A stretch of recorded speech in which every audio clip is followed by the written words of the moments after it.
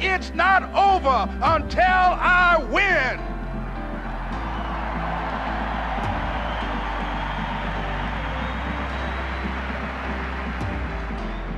Repeat after me, please. It's possible.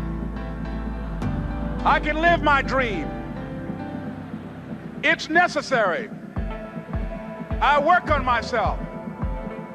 Surround myself with winners. Become creative. It's me. I've got to make it happen. It's not over until I win.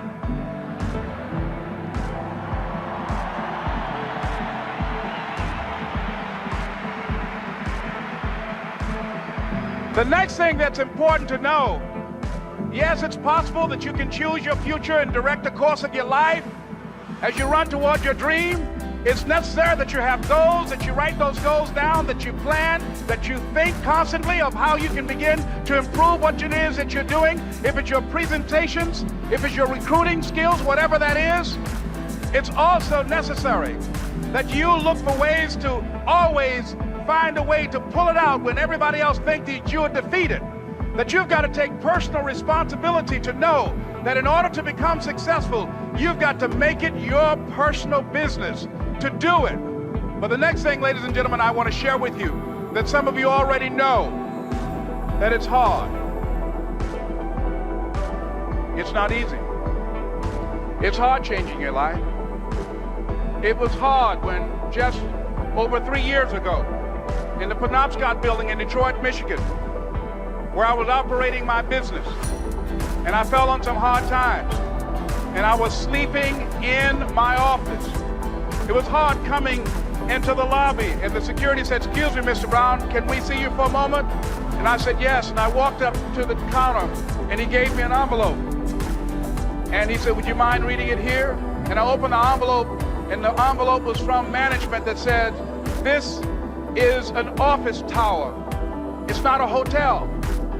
Please do not sleep in your office." And I said, "Excuse me, sir." I said, "I just work long hours in creating my business. I'm an entrepreneur. And right now things are bad for me, but they're not going to be this way always. And I just asked for the opportunity to continue to operate like I'm doing. I'm not trying to make this my home." And it was hard coming through the lobby. And sometimes they would laugh. There's a guy talking about becoming successful. And look at him. He's bathing in the bathroom upstairs on the 21st floor. He sleeps on the floor. Him and 2 other dreamers up there. Look at him. It was hard, ladies and gentlemen, coming to speak to people. And I was facing financial difficulties in my own life. I was behind on my bills and my dreams, and I'm saying to them, you can live your dream. It was hard, ladies and gentlemen.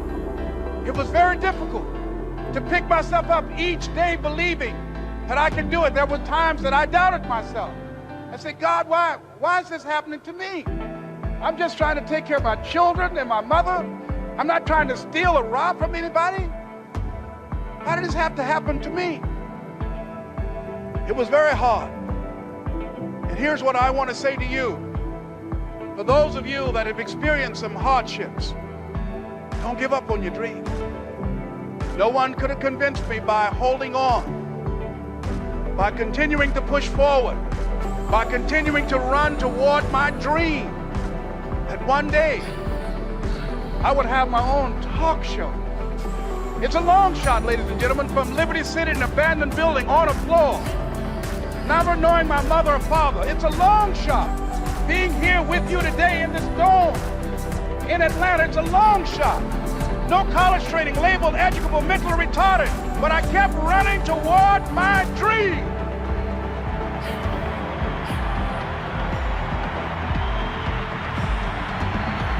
Don't stop.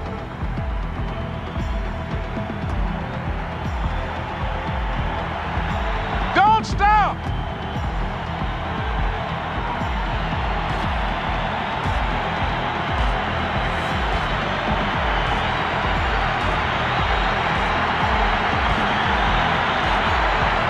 Don't stop running toward your dream.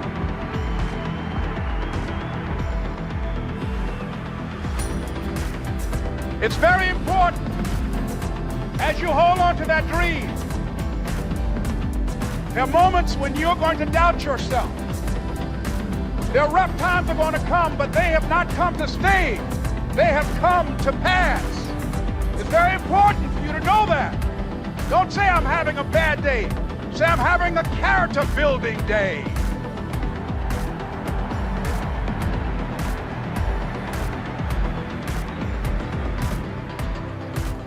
It's very important for you to believe that you are the one to make this happen. I remember this high school teacher, Mr. Leroy Washington, at the end of school one June, it was just a few days before we were supposed to leave. And I just got my report card. And it indicated that I'd failed history, and I'd failed English, and I would have to go to summer school. And I was feeling within myself that I was a failure, that I'm slower than most people in getting paperwork, and I was feeling down on myself and very negative. And Mr. Washington was giving a speech to the graduating seniors, and I was in 11th grade. And even though I wasn't supposed to be in there, I went in there because the speech he was giving, that speech was for me. And as he talked, my heart began to beat fast. Tears began to run by my eyes, and I was in the back just listening to him because he said, and he was a very dramatic man. I still talk to him to this day.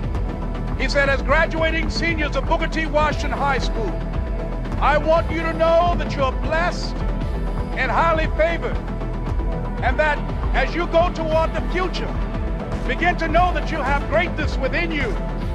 And if just one of you here begin to envision yourselves as being blessed and highly favored to reach your goals, if just one of you capture the essence of what that means, that you have greatness within you and a responsibility to manifest that greatness, that you can make your parents proud, you can make your school proud, you can touch millions of people's lives, and the world will never be the same again because you came this way. And the students gave him a rousing standing ovation. And as he left the auditorium, I ran down the steps and I caught him in the parking lot. I said, Mr. Washington? He said, yes. I said, do you remember me, sir? He said, no. I said, my name is Leslie Brown. My mother, she works in the cafeteria here. I'm one of the twins, Leslie and Wesley. I said, Mr. Washington, but you know, I got these big dreams. I like talking to people. I love people. I said, I want to work with people, and I got this dream of buying my mama a home. Could I do that, Mr. Washington? He said, it's possible, Mr. Brown. And as he walked away, I called him again. I said, Mr. Washington? He said, what do you want now? I said, I'm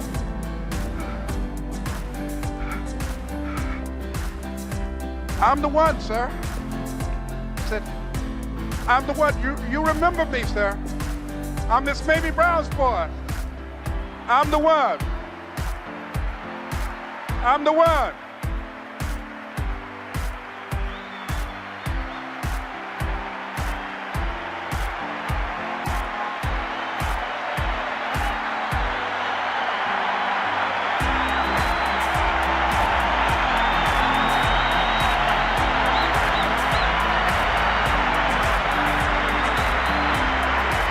And you must feel that that's why you're here, because you are the one. And I remember when PBS first played one of my specials called You Deserve, one Sunday afternoon in Miami, Florida.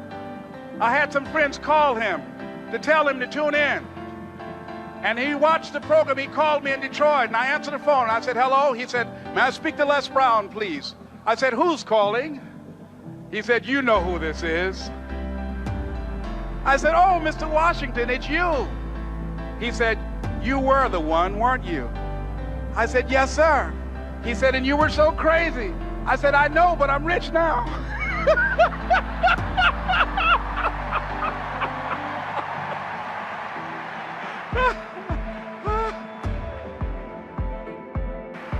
Ladies and gentlemen, it's not going to be easy. It was hard laying on the floor of the Penobscot building, looking out of the window, daydreaming saying, Les, can you do this? Can you make this happen? I used to listen to tapes day in and day out about See You at the Top, my great friend Zig and Dennis Waitley and different other motivational speakers and Dr. Norman Vincent Peale and Dexter saying, don't let nobody steal your dream. I used to ask myself, can I do this? And something said within me, you're the one. You're the one. And let me tell you something, ladies and gentlemen. While you're here, and before you go back home to your respective cities and communities, write down at least 5 reasons on why you deserve your dream, on why you won't give up, what's going to make you unstoppable, why you must be unreasonable, because logical, practical thinking says you can't do it today. But if you want to produce unreasonable results in your life, like living your dream and taking charge of your destiny, you've got to be an unreasonable person. You've got to be an uncommon person. So write down the reasons of why you're here. My first major goal was to buy my mother a home. And let me tell you something, ladies and gentlemen, what will reasons do, Les? Nietzsche said, if you know the why for doing, you can endure almost anyhow. What do you mean by that? If you know why you're doing something, when the hard times come, and they're going to come, when the disappointments and the rejections come, and they're going to come by the truckloads, your reasons will be your rod and staff to comfort you, to pick you up. Once again, I got a saying on one of my tapes, if life knocks you down, try and land on your back, because if you can look up, you can get up. Let your reasons get you back up.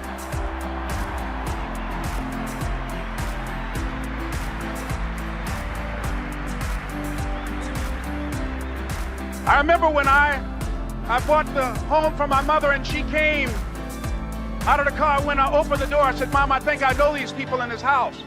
That was my first major goal.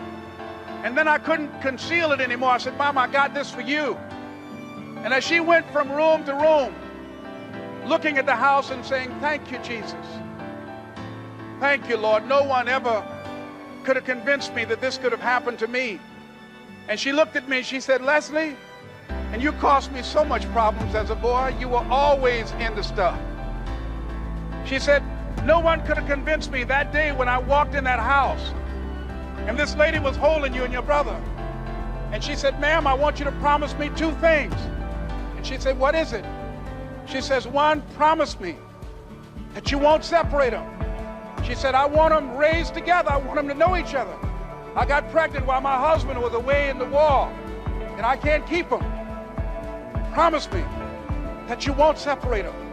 She said, I promise I won't. I've never had children. I promise I won't separate them.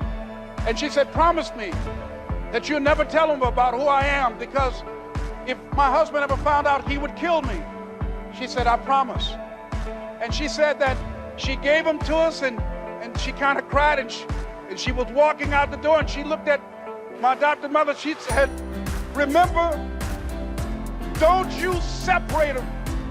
She said, I swear to God, I won't separate them. I'll keep them together. And she said, as I held y'all in my arms, I never had any children of my own. I didn't know how I was going to do it, but I knew with the help of God, I will do it. And ladies and gentlemen, my mother had a dream of having children and raising us. She didn't know how she was going to do it. You're going to be just like that. And some of you are already there. Well, you don't know how you're going to make this happen, but you just feel within yourself some way, somehow, with the help of God, I'm going to make it happen. Repeat after me, please. No matter how bad it is or how bad it gets, I'm going to make it. I'm going to make it.